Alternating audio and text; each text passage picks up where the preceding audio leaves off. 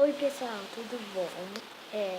Eu tô gravando aqui, tá muito mais escuro e eu não tô no meu quarto e eu não tô muito bonita, que eu não tô preparada pra fazer vídeo porque totalmente está chovendo e eu decidi gravar um pouco pra vocês.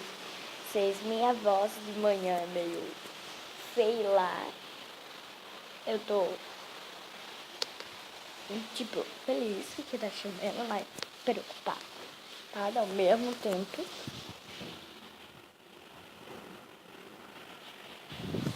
Gente, pessoal, tá passando cada vez aqui que vocês não imaginam.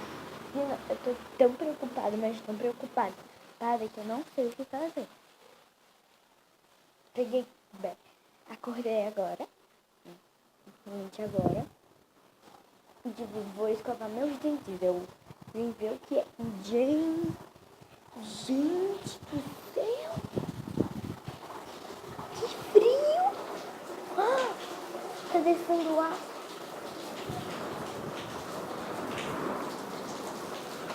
Que pingos!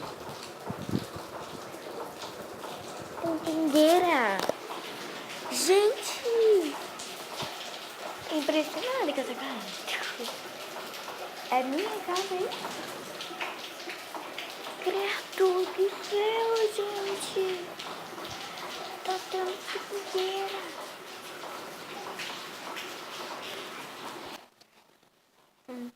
Gente, vou escovar meus dentes aqui. E tá.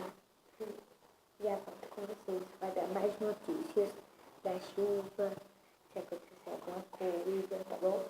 Tchau. Até mais tarde. Bom, gente, a chuva diminuiu um pouco. Olha.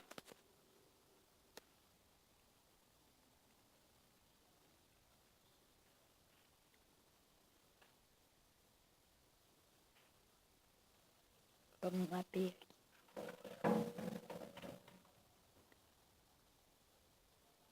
Tá uns pinguinhos.